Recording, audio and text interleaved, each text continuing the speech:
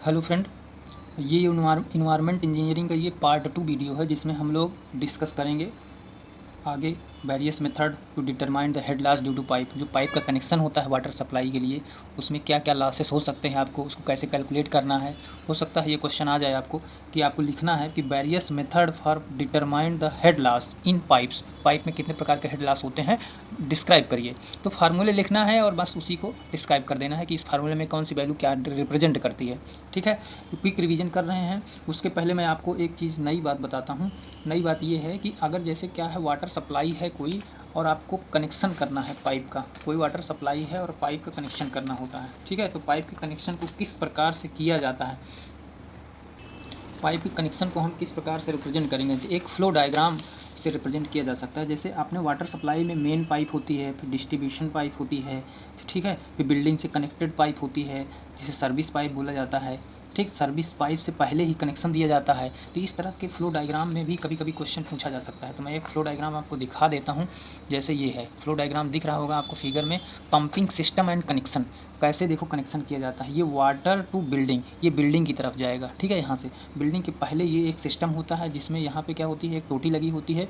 इसी के माध्यम से वाटर सप्लाई अंदर ली जाती है। लेकिन उसके पहले आप जो बिल्डिंग की मेन बाउंड्री वाल होती है उसके जस्ट पहले कनेक्शन के लिए सिस्टम बनाया जाता है। यहाँ पे देखो ये स्टॉप कॉक है, ये सर्विस पाइप है, मैंने बताया जैसे आप गोज नेक है, मतलब कि जो सर्विस लाइन होती है, म्यूनिसिपल स्ट्रीट वाटर मेन होता है।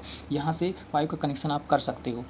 यहाँ से जब आप पाइप को कनेक्शन करते हो तो एक पाइप जुड़ा होता है जो कि एयर वगैरह निकालने के लिए होता है। ठीक है, अब फेरुल कनेक्शन, यहाँ से फेरुल कनेक्शन दे दिया जाता है। तो ये फ्लो डायग्राम आप बना करके रिप्रेजेंट कर सकते हो कि कैसे कनेक्शन दिया जाता है किसी भी सिस्टम में। ठीक है, सर्विस वाइज कनेक्शन होता है, पहले फेरुल कनेक्शन होता है, फिर गोज नेक होती है, फिर स्टॉप कॉक होती है, फिर वाटर मीटर होता है। भाई वाटर मीटर जरूरी है, वाटर मीटर लगा होता है तभी तो पता चलेगा कि कितना पानी आपने यूज किया। तो बड़े बड़े जो शहर हैं जैसे चंडीगढ़ वगैरह में चले जाओ तो वाटर सप्लाई बहुत अच्छी है वहाँ की। हर एक चीज़ एक सिस्टम तरीके से बना हुआ है, कोई ये नहीं है कि बस ऐसे ही बना दिया गया। तो ये फ्लो डायग्राम आप बना सकते हो। जैसे क्वेश्चन अगर आ जाए कि पंपिंग सिस्टम एंड कनेक्शन को रिप्रेजेंट करिए, तो आप लिखने से बेहतर है कि ये फिगर बना दीजिए क्वेश्चन में। तो फिगर बनाने में ज़्यादा टाइम नहीं लगेगा, रफली बनाना है फिगर को। ये नहीं कि आप स्केल लेकर के बैठ गए तो सारा टाइम खो जाओगे उसमें। 10 मिनट के अंदर ये रिप्रेजेंट करके और नाम लिख देना है, बस हो गया। और लिखने बैठ जाओगे तो लिखते रह जाओगे। ठीक है, तो अगला क्वेश्चन है हमारे पास कि various method for determine the head loss. कौन कौन से मेथड हैं? पहला है डार्सी विस्बैच फार्मूला। इस फार्मूले के माध्यम से हम हेड लॉस निकाल सकते हैं किसी भी पाइप में। कैसे? F L V square upon 2 GD। Formula क्या होता है, रट लेना, F L V square upon 2 GD। फिर एफ डैश क्या है, फ्रैक्शन फैक्टर है जिसकी वैल्यू आपको क्वेश्चन में दे रखी होगी। अगर क्वेश्चन में नहीं दे रखी है तो दो तरीके से निकाल सकते हैं। पहला है, अगर पुराना पाइप है आपको तो 0.041 प्लस 35D, वेयर डी क्या है, डाया ऑफ पाइप है, कितने डायमीटर का पाइप यूज है। अगर न्यू पाइप है, नया कनेक्शन हुआ है कहीं, तो 0.021 प्लस 1/35D, इस तरह से निकाल सकते हैं। बी क्या है, बिलास्टी है, मीटर पर सेकंड में निकाला जाता है। ठीक है, एफ डैश हमने बता दिया, डी क्या है, डायमीटर ऑफ द पाइप है, एल क्या है, लेंथ ऑफ द पाइप है। इस तरह से डार्सी विस्बैच फार्मूला से हम हेड लॉस कैलकुलेट कर सकते हैं। दूसरा फार्मूला है हमारे पास मैनिंग्स फार्मूला। हेड लॉस कैसे निकालेंगे, एच एल यानी square V square L upon R की पावर 4/3, वेयर एन क्या है, मैनिंग कोफिशिएंट है, इसकी वैल्यू आपको क्वेश्चन में दे रखी होगी मैनिंग कोफिशिएंट की। आर क्या है, hydraulic mean depth of pipe. कैसे निकालते हैं hydraulic mean depth, area divide by perimeter, area divide by perimeter. अब एरिया किसी पाइप का π/4D स्क्वायर, पेरीमीटर का मतलब होता है, आप समझ गए होगे, टोटल सरफेस, टोटल पाइप का सरफेस निकालना πD। अब इसको कैलकुलेट करोगे तो आ जाएगा सीधा सीधा D/4। ठीक है, तो यहाँ से हम क्या निकाल सकते हैं, आर की वैल्यू निकाल सकते हैं।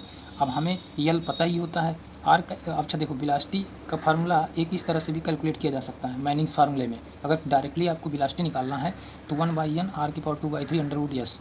यस क्या है, साइड स्लोप है, कि कितने स्लोप से पानी मतलब पाइप का फ्लो हो रहा है, तो वो साइड स्लोप है। तो इन फार्मूलोज़ को आप याद करना है, हेड लॉस निकालने के फार्मूला है। कभी कभी क्वेश्चन पूछ लेता है कि what is Manning formula, 2 number में लिखो, तो ये चीज़ आप रिप्रेजेंट कर सकते हो। तो डार्सी विस्बैच हो गया, मैनिंग्स फार्मूला हो गया। तीसरा है अपने पास हेजन विलियम्स फार्मूला। ये डायरेक्टली है, ज़्यादा हार्ड नहीं है, 0.849 सी आर की पावर 0.363 यस की पावर 0.54। ठीक है, यहाँ पे सी आपको नहीं पता है, कोफिशिएंट आप रखने से। बाकी आर कैसे निकालेंगे, hydraulic mean depth of pipe हमने पीछे बता दिया, D/4 से निकालेंगे। इसके बाद यस क्या है, साइड स्लोप। ये क्वेश्चन में आपको रिप्रेजेंट रहेगा, दे रखा होगा कि साइड स्लोप कैसे निकाला जाता है। ठीक है, 3 फार्मूले हो गए आपके पास। चौथा फार्मूला है चेजिस फार्मूला। ये जरूर याद रखना, चेजिस फार्मूला ऑब्जेक्टिव में भी बहुत ज़्यादा पूछा जाता है, तो हमें इसे वैसे भी जनरली याद रखना पड़ेगा। इसका v बराबर c/√mi भी होता है, और दूसरे फॉर्म में होता है CR⁴ S⁴ 1/2। जब साइड स्लोप दिया रहा है उस फॉर्म में है, जब साइड स्लोप ना दिया रहा है तो उस फॉर्म में है। ठीक है, c/√m×i। अब C और R, C कांस्टेंट हो गया या साइड स्लोप हो गया, R हो गया मीन डेप्थ हो गया। ठीक है, यहाँ पे भी इसी तरह C कांस्टेंट हो गया, I M और I भी कांस्टेंट हो गया। इसकी वैल्यू आप निकाल सकते हो, क्वेश्चन में ये रिप्रेजेंट रहेगा। ठीक है, तो या तो V बराबर c/√mi से निकाल लेते हैं, M बराबर हाइड्रोलिक मीन डेप्थ हो गया। ठीक, तो हमने कितने फार्मूले बताए, 4 फार्मूले बता दिए। 5वां फार्मूला है अपने पास मॉडिफाइड विलियम्स फार्मूला, HL बराबर L/Q/CR⁴ 1.81। अब ये इतने बड़े डाटा हैं, इसको कैलकुलेशन करेंगे कैसे, कैलकुलेशन KLC से आसानी से किया जा सकता है, कोई बहुत बड़ी बात नहीं है। 994.62 D⁴ 4.81। CR क्या है, कोफिशिएंट है, कांस्टेंट कोफिशिएंट कह सकते हैं, जिसकी वैल्यू दे रखा होता है। Q क्या है, Q आपको पता ही है, डिस्चार्ज हो गया, क्यूबिक मीटर पर सेकंड या पर मिनट जो भी दिया रहा है क्वेश्चन में। तो अगर ध्यान से समझना, ये 5 फार्मूले हमने बताया था। अगर आ जाए क्वेश्चन में कि हेड लास्ट के कितने फार्मूले हैं, टाइप करो, रिप्रेजेंट करो, तो 5 फार्मूला लिख के रिप्रेजेंट कर सकते हैं आप। ठीक, when pipe connected in series, अगर आपके पाइप कुछ सीरीज में कनेक्ट है, जैसे ये हाइड्रोलिक में चीज़ पड़ा होगा, तो हेड लास्ट कैसे निकालेंगे, तो टोटल हेड लास्ट, पहला पाइप का हेड लास्ट, दूसरा पाइप का हेड लास्ट, तीसरे पाइप का हेड लास्ट, तीनों को जोड़ दो। अब तीनों को जोड़ के ये फार्मूला बना दो यार, F L1V1। फ्रैक्शन तो सेम रहेगा सब में, तो इसीलिए फ्रैक्शन की वैल्यू हमने समान रखा है, तो G की वैल्यू भी समान रहेगा, सीधी सी बात है। डायमीटर बदल रहा है सबका, लेंथ बदल रही है, वेलोसिटी बदल रही है, तो इसलिए हम अलग अलग रिप्रेजेंट कर दिए इसको। ठीक है, इतनी बात समझ में आ गई। यहीं पे अगर आपके पाइप का कनेक्शन क्या हो जाए, पैरेलल हो जाए, पाइप के कनेक्शन कैसे हो जाए, पैरेलल, वो तो सीरीज में था, ये पैरेलल में है, तो पैरेलल में कुछ इस तरह का फिगर बनेगा। यहाँ से क्यों डिस्चार्ज आ रहा है, D1 इधर चला गया, V1 वेलोसिटी, कोई D2 इधर चला गया, V1, लेकिन लास्ट में फिर जाके मिल जा रहे हैं, तो यहाँ पे कुछ अलग सिस्टम होगा, यहाँ पे कुछ अलग सिस्टम होगा, तो इसको इस तरह से रिप्रेजेंट कर सकते हैं। ठीक है, आएगा हेड लास्ट वही, लेकिन रिप्रेजेंट करने का तरीका दोनों में अलग अलग हो जाता है। तो हेड लास्ट कैसे निकालेंगे, सीरीज का हेड लास्ट कैसे निकालेंगे, पैरेलल का, इससे क्वेश्चन नहीं आते हैं, ध्यान रखना इस बात को, क्वेश्चन नहीं आता, थ्योरी लिखना है आपको, क्वेश्चन तो हाइड्रोलिक में पूछा जाता है, बाकी इन्वायरमेंट में इसका कॉन्सेप्ट कैसे क्या होता है ये लिखना पड़ेगा। ठीक, अगला इंपॉर्टेंट देखो क्वेश्चन, ये इंपॉर्टेंट बड़ा क्वेश्चन है, टाइप ऑफ पाइप। अगर आपसे पूछ ले कि टाइप ऑफ पाइप, सब वाटर सप्लाई के लिए मोस्टली कितने प्रकार के पाइप यूज कर सकते हैं आप, तो मोस्टली यूज पाइप मैं बता रहा हूँ, जैसे कास्ट आयरन पाइप हो गया, तो कास्ट आयरन पाइप किसे कहते हैं, या इसकी क्या फैसिलिटीज़ होती हैं, इसके क्या एडवांटेज होते हैं, इसके क्या डिसएडवांटेज होते हैं। अगर क्वेश्चन बढ़ा के लिखना है तो आप ये चीज़ लिख सकते हो कि एडवांटेज क्या है, डिसएडवांटेज क्या है। तो कास्ट आयरन जो पाइप होता है, it is used of city of water supply, मतलब किसी शहर के लिए वाटर सप्लाई के लिए हम क्या यूज कर सकते हैं, कास्ट आयरन पाइप को यूज कर सकते हैं। क्यों, क्योंकि ये भारी होते हैं, ज़्यादा लंबाई के हो जाएंगे तो वेट ज़्यादा हो जाएगा, तो इसको ट्रांसपोर्टेशन में दिक्कत आएगी।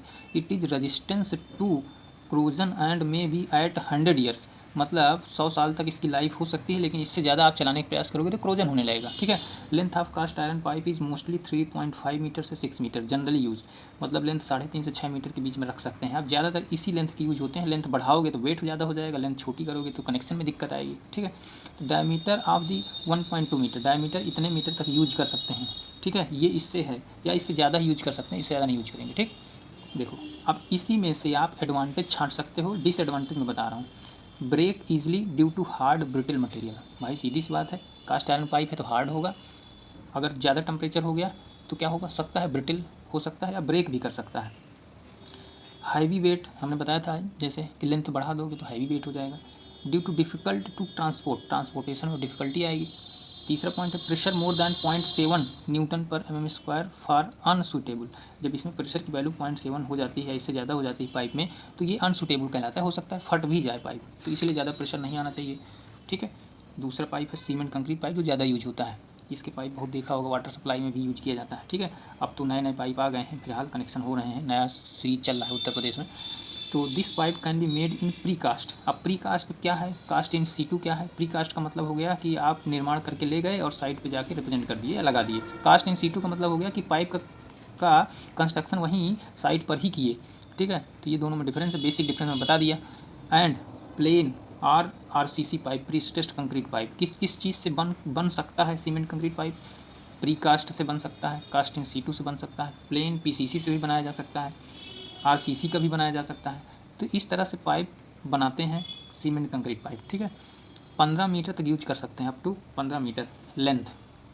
And RCC pipe is more than 75 metre, 15 metre से लेकर के 75 मीटर तक यूज कर सकते हैं क्या इसकी डायमीटर। मतलब हो सकता है कि बड़े बड़े कनेक्शन वाले पाइप हों, कभी कभी अच्छा ज़्यादातर सीवर लाइन में भी इसका प्रयोग किया जाता है आरसीसी पाइप का। तो RCC pipe are also called Hume pipe या सम्प पाइप, ध्यान रखना इस टर्म को। आरसीसी पाइप को ह्यूम पाइप अथवा सम्प पाइप भी बोला जाता है। एक क्वेश्चन पिछले बार मुझे याद आया था कि व्हाट इज़ ह्यूम पाइप, या कह दिया था आर करके what is sun pipe, स्पम्प pipe कह दिया था। स्पम्प पाइप और ह्यूम पाइप को आपको बेसिक लिखना था। ह्यूम पाइप क्या होता है, स्पन पाइप क्या होता है। तो स्पन पाइप ह्यूम पाइप दोनों एक ही चीज़ है, ये दोनों ही आरसीसी पाइप कहलाते हैं या सीमेंट कंक्रीट पाइप कहलाते हैं। ठीक है, कन्फ्यूजन करने के लिए ऐसा दे दिया था। डिसएडवांटेज क्या है इसके, अब एडवांटेज तो समझ गए आरसीसी पाइप क्या होता है, लिख सकते हो, लेकिन डिसएडवांटेज क्या है। अफेक्टेड बाय एसिड एल्कलीज, क्योंकि इसमें पतले पतले वायर्स होते हैं तो ये जल्दी इफेक्ट कर जाता है। अगर एल्कलिनिटी वाटर आपको सप्लाई हो रहा है, पीएच वैल्यू के वेरिएशन है, अम्लीय क्षारीय पानी प्रदूषित हो रहा है, तो उसमें क्या होता है पाइप जल्दी इफेक्ट हो जाता है, एसिड में जल्दी इफेक्टेड हो जाता है। ठीक है, precast of pipe is more, starting में जब बनाओगे तो सीमेंट कंक्रीट पाइप महंगे पड़ जाते हैं, कंस्ट्रक्शन उसका कठिन हो जाता है। ठीक है, can not stand high pressure, high pressure water के हाई प्रेशर को ये एक्सपेंड नहीं कर सकते हैं। ठीक है, तो ये छोटे छोटे क्या है डिसएडवांटेज है आपको। अगला है galvanised iron pipe, it is used for generally service connection, ये सर्विस कनेक्शन के लिए प्रयोग किया जाता है। अभी हमने बताया ना कनेक्शन कैसे दिया जाता है, तो सर्विस कनेक्शन में गैल्वनाइज्ड आयरन पाइप का प्रयोग करते हैं। डाया पाइप 6 mm से लेकर के 75 mm के बीच में होता है इसका, जब सर्विस कनेक्शन यहाँ पे दिया जाता है। ठीक है, एडवांटेज क्या है, चीप होते हैं ये, इजी टू जॉइंट, इसमें जॉइंट करना आसान है, तभी तो सर्विस कनेक्शन में प्रोवाइड करते हैं। लाइट इन वेट, हल्के होते हैं, इजी टू हैंडल करना इन्हें आसान है। चीप होते हैं मतलब कि एक तरह से मार्केट में अवेलेबल है हर जगह, सस्ता भी मिल जाता है आपको, कनेक्शन के लिए अच्छा भी होता है, ये एडवांटेज है। डिसएडवांटेज क्या है, affected by acid and alkaline, भाई इसकी भी यही एक प्रॉब्लम है कि एसिड से अफेक्ट हो सकता है, इसमें फ़र्क पड़ सकता है। एसिडिटी वाटर अगर आ जाए, ईजिली कंस्ट्रक्शन एंड कनेक्टेड, यानी कि डिसएडवांटेज ये है हमारे पास कि कभी कभी क्या होता है इसमें हर जगह, जैसे मान लिया बेफिजूल क्या होता है कि लोग अगर थोड़ा सा प्रेशर दे दिए तो इसमें कनेक्शन मतलब फूट सकता है आसानी से, तो ईजिली कह सकते हैं कंस्ट्रक्शन एंड कनेक्शन किया जा सकता है, जो कि नहीं होना चाहिए ऐसा। ठीक है, अब देखो अगला पाइप है अपने पास steel pipe, it is generally used high diameter, inner surface are galvanised, length are generally more than 2 metre, यानी कि जो स्टील पाइप होते हैं वो अंदर के सरफेस को गैल्वनाइज्ड कर दिया जाता है, ताकि क्या हो जाए वाटर की सप्लाई के समय उसमें क्रोजन वगैरह ना लगे। ठीक है, इस बात का ध्यान रखना। Length are generally more than 2 metre, इसकी लेंथ कितना रखी जाती है स्टील पाइप की, 2 मीटर से ज़्यादा रखी जाती है। ठीक है, एडवांटेज क्या है, एडवांटेज ये है कि स्ट्रांग एंड ड्यूरेबल, भाई स्टील पाइप है तो सीधी सी बात है स्ट्रांग रहेगा, ड्यूरेबल रहेगा, लाइफ ज़्यादा होगी, फ्लैक्सिबल भी रहेगा, फ्लैक्सिबल का मतलब कि मुड़ सकता है थोड़ा बहुत। ठीक है, फ्लैक्सिबिलिटी ज़्यादा होती है। लाइट इन वेट, यानी कि इनका वेट हल्का होता है। इजी ट्रांसपोर्टेशन में भी आसानी होती है, भाई स्टील पाइप है। ठीक है, डिसएडवांटेज देख लो, डिसएडवांटेज ये है कि स्टार्टिंग की कास्ट इनकी ज़्यादा आती है, महंगे होते हैं। हाई मेंटेनेंस कास्ट भी अगर आ जाए तो मेंटेनेंस कास्ट की वैल्यू ज़्यादा आती है। एल्कलीज वाटर अटैक इसमें भी हो सकता है, सीधी सी बात है। ठीक है, तो ये स्टील पाइप की कहानी हो गई। अगर आपसे पूछ ले क्वेश्चन में कि type of pipe explain 5 pipe, यानी तो 5-6 पाइप आप आसानी से एडवांटेज डिसएडवांटेज लिख सकते हो। ठीक है, various type of joint use in water supply system, अब हम पढ़ते हैं कि कितने प्रकार के जॉइंट होते हैं। तो पहला हो गया collar joint, collar joint it is mostly use for large diameter connection pipe, जो बड़े बड़े डायमीटर के कनेक्शन वाले पाइप होते हैं, जैसे मेन सप्लाई हो गया तो वहाँ पे कॉलर जॉइंट का यूज कर देते हैं आसानी से। It is placed at same level of pipe and rubber gasket is placed, मतलब ये फिगर है आपका, ये देखो कॉलर बना होता है, यहाँ पे जो स्पेस होता है यहाँ पे कांच का बुरादा भर दिया जाता है, या तो सीमेंट मोटार 1:1 का भर दिया जाता है, और फिर आगे जॉइंट लगा के जोड़ दिया जाता है। तो इसमें क्या होता है सेम डायमीटर है, डायमीटर जितना ये है डायमीटर उतना ये है, डायमीटर में कोई डिफरेंस नहीं आया तो क्या होता है वाटर सप्लाई की जो बिलास्टी होती है वो समान बनी होती है। ठीक है, तो कॉलर जॉइंट इस प्रकार से दिया जाता है। ठीक, अगला है एक्सपेंशन जॉइंट। एक्सपेंशन जॉइंट का मतलब समझ गए होगे, जहाँ टेम्परेचर वेरिएशन के कारण उसमें डायमीटर में परिवर्तन हो सकता है, पाइप में पाइप फैल सकता है, सिकुड़ सकता है। तो where pipe are expand due to temperature, ये देखो, then this is used for joint. Flange ring is bottle due to bell end expansion, expand मतलब कहने का कि इसके बॉटम में एक रिंग प्रोवाइड की जाती है, जिसकी मदद से क्या होता है, अगर पाइप एक्सपेंड कर रहा है तो वहाँ पे हम क्या करते हैं, एक्सपेंड की वजह से पाइप फटने ना पाए या कंट्रैक्शन की वजह से पाइप ना फटने पाए, इस तरह से अरेंजमेंट कर दिया जाता है। तो ये इसका फिगर है एक्सपेंशन जॉइंट का। कुछ इस तरह से बोल्ट और बेल इंड के माध्यम से इनको जोड़ दिया जाता है और इसमें ऐसे कनेक्शन होते हैं ताकि अगर एक्सपेंशन हो तो फैल सके, कंट्रैक्शन हो सिकुड़ भी सके। ठीक है, इस तरह से कनेक्शन दे दिया जाता है। ठीक, तो एक्सपेंशन जॉइंट ये हो गया। आपको इतना लिखना है, ज़्यादा कहानी लिखोगे, ज़्यादा चूतिया बनाओगे कंपनी को तो क्या हो जाएगा, वो गड़बड़ हो जाएगा। ठीक है, ध्यान से समझ लेना इस बात को। ठीक, flexible joint, it is also known as expansion joint. Flexible joint क्या होता है, एक्सपेंशन जॉइंट ही होता है, कोई बहुत बड़ी बात नहीं। Flexible elements that absorb movements in the pipe system. ठीक है, फ्लैक्सिबल जॉइंट क्या है कि इसके फिगर डिफरेंट है, इसके भाई फिगर अलग है फ्लैक्सिबल जॉइंट का, लेकिन सारे वर्क एक्सपेंशन जॉइंट की तरह ही होते हैं। ठीक है, ध्यान रखना इस बात को। फ्लैक्सिबल जॉइंट में क्या होता है, रबर गास्केट भर दिया जाता है। रबर गास्केट जो होती है वो रिप्रेजेंट कर देती है कि अगर एक्सपेंशन हो रहा है बाद में भविष्य में तो उसी जॉइंट में अलग से आपको कनेक्शन देने की जरूरत नहीं है, वहीं फैल जाएगा वो। ठीक है, इस तरह से अरेंजमेंट किया जाता है। जैसे ये यहाँ पे देखो मैंने रिप्रेजेंट किया है, ये जो गास्केट यहाँ पे भर दी जाती है इस तरह से, यही होता है ताकि अगर भविष्य में एक्सपेंशन हो तो इसके माध्यम से पाइप में क्या हो रहा है, दरार ना आए। ठीक है, तो हमने क्या क्या बताया, कॉलर जॉइंट बता दिया, एक्सपेंशन जॉइंट बता दिया, फ्लैक्सिबल जॉइंट बता दिया। अगले जॉइंट है अपने पास, ये जॉइंट याद रखना भाई, स्पाई गार्ट एंड सॉकेट जॉइंट। ये बहुत पूछा जाता है एकेटिव सेमेस्टर एग्जाम में। स्पाई गार्ट एंड सॉकेट जॉइंट, ये फिगर है, मैंने एक हिस्सा बनाया था फिगर में, डबल इसके जस्ट अपोजिट वही भी होता है। यहाँ पे लेड भरा जाता है, क्या भरा जाता है, लेड भरा जाता है। It is used for generally cast iron pipe. Cast iron pipe में socket and spigot joint दिया जाता है। Spigot of one pipe is slipping into a socket of another pipe. एक दूसरे से सॉकेट एंड स्पाई गार्ड का मतलब हो गया एक तरह से, मैं सिंपल से एग्जांपल बताऊं तो मेल एंड फीमेल। ठीक, ये कह सकते हैं। तो स्पाई गार्ड और सॉकेट जॉइंट का सीधा सिंपल सा एग्जांपल यही है। अच्छी बुक में जो होगा एग्जाम्पल के रूप में ये रिप्रेजेंट किया जाता है। तो जॉइंट्स का मतलब यही होता है कि एक का डायमीटर ज़्यादा रहेगा, दूसरे का डायमीटर छोटा रहेगा, कम रहेगा। ठीक है, तो इस तरह से अरेंजमेंट कर दिया जाता है, बीच में लेड भर दिया जाता है। तो बेल एंड है, फिगर बना कर रिप्रेजेंट करोगे तो क्या होगा भाई, अच्छा रहेगा, आपका क्वेश्चन भी अच्छा हो जाएगा और रिप्रेजेंट कर सकते हो, अच्छे से लिख सकते हो। ठीक, it is used portable water transmission and distribution, मतलब आसानी से portable water transmission distribution water में इसका यूज किया जाता है। डिस्ट्रीब्यूशन वाटर सप्लाई में भी यूज कर सकते हैं, पोर्टेबल वाटर ट्रांसमिशन में भी यूज किया जा सकता है, बड़े बड़े जगह पे। ठीक, ये था अपने पास जॉइंट की कहानी भाई, 4-5 जॉइंट हमने बता दिया। अब आपको एक क्वेश्चन और याद रखना है, type of valve use in pipeline. भाई वाल्व भी बहुत इंपॉर्टेंट है, ध्यान हो कैसे। पहली वाल्व हो गई गेट वाल्व, गेट वाल्व का ही दूसरा नाम है स्लुइस वाल्व, स्लुइस वाल्व का ही तीसरा नाम है shut off valve, shut off valve का ही चौथा नाम है स्टॉप वाल्व। किसी एक नाम से अगर पूछ ले तो कन्फ्यूजन मत होना कि यार सर जी तो बताए ही नहीं थे, तो मैं हर एक वाल्व के नाम से बता दे रहा हूँ। इन सबका नाम भाई एक है, सबका काम एक है, आपका ध्यान रखना। गेट वाल्व का मतलब हो गया, ये सीधी सी बात है, जब घर के कनेक्शन का जो मेन इंड होगा जहाँ से वाटर सप्लाई आपके घर में इंटर कर रहा है, अगर वहाँ पे एक वाल्व लगा दिया जाए तो एक तरह से आपकी गेट वाल्व हो गया। जैसे मान लीजिए घर के अंदर कोई फॉल्ट आ गई तो आप वहाँ मेन वाल्व बंद कर दीजिए और घर के अंदर की फॉल्ट को आप दूर कर लीजिए और फिर उसको ऑन कर लीजिए।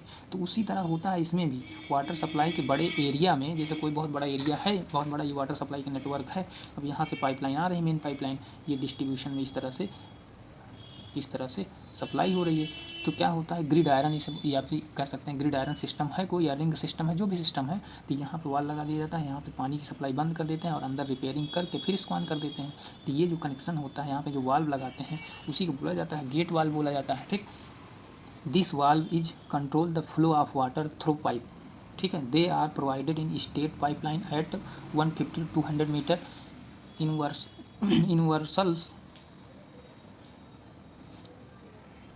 यानी कि 150 से 200 मीटर के बीच में इंटरवल्स के कनेक्शन के रूप में दे सकते हैं, लेकिन इसकी डिस्टेंस याद रखना, अगर स्टेट कनेक्शन है तो 150 से 200 मीटर क्या सकते हैं लेंथ में प्रोवाइड कर सकते हैं। ठीक है, जो इंटरवाल होते हैं इसमें अंदर वाल लगी होती हैं, the valve are provided in crossing and junction point, यानी कि क्रॉसिंग एंड जंक्शन पॉइंट का मतलब ये हुआ कि जहाँ पे मेन सप्लाई और डिस्ट्रीब्यूशन सप्लाई का कनेक्शन हो। In branch of pipe, valve made in stainless steel, valve किसकी बनी होती है, स्टेनलेस स्टील की बनी होती है, एंड कास्ट आयरन की बनी होती है, विथ ब्रास इन मेड, यानी कि ब्रास, कास्ट आयरन और स्टील से मिला करके बनाया जाता है। ठीक है, फिगर देख लो, इस तरह का फिगर रहेगा, ध्यान से समझ लेना। अगला वाल्व है चेक वाल्व, रिफ्लेक्स वाल्व। ये चेक वाल्व कैसी होती है, it is a automatic device which allow water to go in one direction only. मतलब कहने का जो चेक वाल्व होती है, अगर पानी की सप्लाई कुछ इधर से आ रही है तो यहाँ पे वाल्व लगा दिया जाता है इस तरह से कि ये पानी रिवर्स होके इधर ना आने पाए। पानी की सप्लाई अगर इस डायरेक्शन में हो रही है, अगर हमें यहाँ से रोकना है इस पानी को, तो ये पानी इधर चला जाए लेकिन रिवर्स होके वापस ना आने पाए। तो इस तरह की वाल्व क्या कहलाती है? चेक वाल्व कहलाती है। वही चीज़ लिखा है हमने, it is a automatic device which is allowed water to go in one direction only, back flow is not allowed, that is called non returning valve. सीधी सी बात है, इसे नॉन रिटर्निंग वाल्व के नाम से भी जाना जाता है। ठीक है, इतनी बात समझ में आ गई।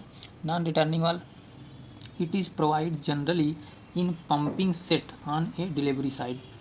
ठीक है, जहाँ पे पंप वगैरह लगा रहता है और डिलीवरी साइड में प्रयोग कर सकते हैं ताकि रिवर्स होकर पानी पंप के अंदर फिर से ना चला जाए, तो क्योंकि नीचे गैस्केट जो वाल्व लगी होती है उसको काट देगा। ठीक, तो इस तरह से हमने रिप्रेजेंट किया है छोटे से फिगर से। ठीक है, दो वाल्व हमने समझ में आ गया आपके। तीसरी वाल्व है air relief valve, it is a inlet valve to insert in a air of pipe. सीधी सी बात है, जो भी पाइप के अंदर एयर पहुंच जाता है, अब एयर कब पहुंचता है? जब आपकी वाटर सप्लाई डिसकंटिन्यूअस हो। कंटिन्यूस रहेगी वाटर सप्लाई तो एयर पहुंचने का कोई चांसेस नहीं है, लेकिन अगर डिसकंटिन्यूअस सप्लाई है, कुछ घंटे के लिए आपने सप्लाई को किया, तो वहाँ पे एयर पहुंचने के ज़्यादा चांसेस होते हैं। तो the inserted air to outlet from a pipe due to air relief valve, तो वहाँ पे एयर रिलीफ वाल्व यूज किया जाता है ताकि हम एयर से बच सकें और पाइप को फटने से बचा सकें। ठीक, ये समझ गए। एयर रिलीफ वाल्व का फिगर कुछ इस तरह से बनाया जाता है, यहाँ से एयर निकाला जा सकता है, फ्लोट होती है, पाइपलाइन होती है, पाइपलाइन से ये कनेक्शन कर दिया जाता है, यहाँ पे जो एयर होती है उसको निकाला जा सकता है। ठीक है, this valve consist of chambers in which are 1 or 2 floats are connected to the pipeline. ये हो गया pressure relief valve. Pressure relief valve देख लो, this valve is provided for a reduce the water pressure in a pipeline. भाई सीधी सी बात है, अगर पाइपलाइन में वाटर प्रेशर बढ़ जाता है ना तो पाइप को फट सकती है, तो इसीलिए कहा जाता है कि टोटी जो होती है, आपकी स्टॉप क्लॉक होती है, उसको धीरे धीरे बंद करना चाहिए, कभी भी अचानक से नहीं बंद कर देना चाहिए पाइप की टोटी को। ठीक, पाइप के प्रेशर को कभी भी अचानक से शट ऑफ वाल्व नहीं करना चाहिए, तो प्रेशर रिलीफ हो जाता है। धीरे धीरे आप बंद करोगे, अचानक से बंद कर दोगे, उसमें प्रेशर इंसर्ट हो जाएगा, तो प्रेशर अगर ज़्यादा हो गया तो पाइप फट सकती है। It is automatic cut off valve होती है। ठीक है, इसका फिगर हमने देख लेना गूगल पे सर्च करके। एक लास्ट टॉपिक है वाटर हैमर, इसको पढ़ लो। वाटर हैमर क्या होता है? When a liquid flowing in a pipe due to high velocity, अगर किसी भी पाइप फ्लो में हाई वेलोसिटी से क्या हो रहा है, लिक्विड फ्लो कर रहा है, वेलोसिटी ज़्यादा है। ठीक है, तो होता क्या है देखो, it is the producing of pressure wave in a pipe due to sudden closing, यानी कि आप अचानक से किसी भी टोटी को बंद कर दिए तो उसमें क्या होगा, प्रेशर वेव जनरेट हो जाएंगी। अब ये प्रेशर वेव क्यों जनरेट हो गई आप बताओ? अब ये प्रेशर वेव जनरेट हो जाती हैं तो pipe due to sudden closure, यानी सडन क्लोज करोगे आप, सीधी सी बात है, टोटी बंद कर दोगे तो उसके अंदर लिक्विड जो फ्लो हो रहा है पाइप के अंदर, तो प्रेशर वेव जनरेट हो जाएगी। तो इससे क्या होगा नुकसान?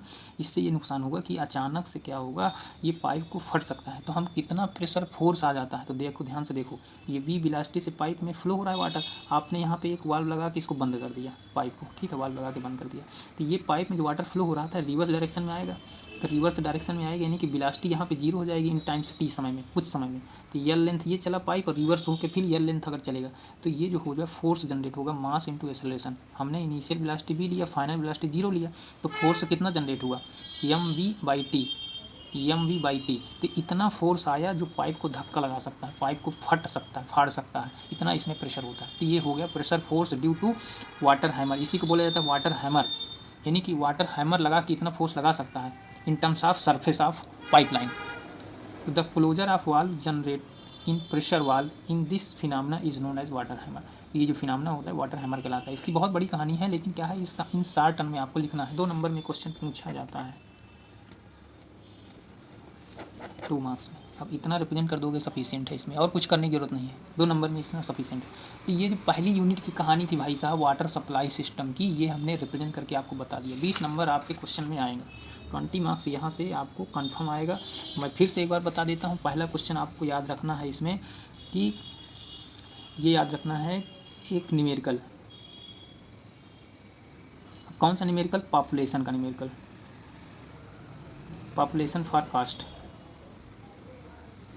याद रखना। ठीक है, पहला।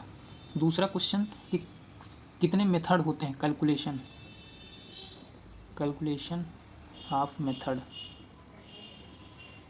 ठीक है, और पॉपुलेशन कैलकुलेट करने के कितने मेथड होते हैं, इसको याद रखना। तीसरा प्रश्न है अपने पास type of valve, type of valve अथवा टाइप ऑफ पाइप, अथवा टाइप ऑफ कनेक्शन पाइप्स, मतलब कि नहीं जो आज हमने जो आप बताया RCC pipe, steel pipe, galvanised iron pipe, ये सब पाइप, तो इन सब से ये 3-4 क्वेश्चन इंपॉर्टेंट है जहाँ से क्वेश्चन फिक्स है, आना ही आना है, तो इनको याद रखना, ठीक है। मेरी तरफ से मैंने ये चैप्टर को मोस्टली ख़त्म कर दिया है, जो भी छूटा हुआ है मुझे नहीं लगता है कोई चीज़ छूटी है, 2 नंबर वाले भी कवर हो गए इसी के बीच में, ठीक है। तो मिलते हैं अगले चैप्टर में, तब तक के लिए इसको आप रिवाइज करिए, रिवीजन के पर्पज़ से बनाया जा रहा है, बहुत डिटेल नहीं पढ़ाया गया है, इन्वायरमेंट बहुत ज़्यादा डीप है, ठीक है। मैं डीप पढ़ाने लगूंगा तो बहुत ज़्यादा आएगा, उसमें बहुत समय लगेगा, लेकिन क्या है कि 2 लेक्चर में हमने क्विक रिवीजन बता दिया, तो इतना आप पढ़ लोगे तो आपके सफिशियंट है सेमेस्टर एग्जाम के लिए। मिलते हैं अगले चैप्टर के साथ, जो भी न्यूमेरिकल होगा हम लोग करेंगे, और तब तक के लिए आपको वीडियो लाइक करें, सब्सक्राइब करें, शेयर करें। मिलते हैं अगले वीडियो में, ठीक है। अच्छा लगे वीडियो तो कमेंट करके जरूर बताएं कि हाँ सर सफिशिएंट है, रिवीजन करने के लिए बहुत बेहतर है, ठीक है। Okay bye.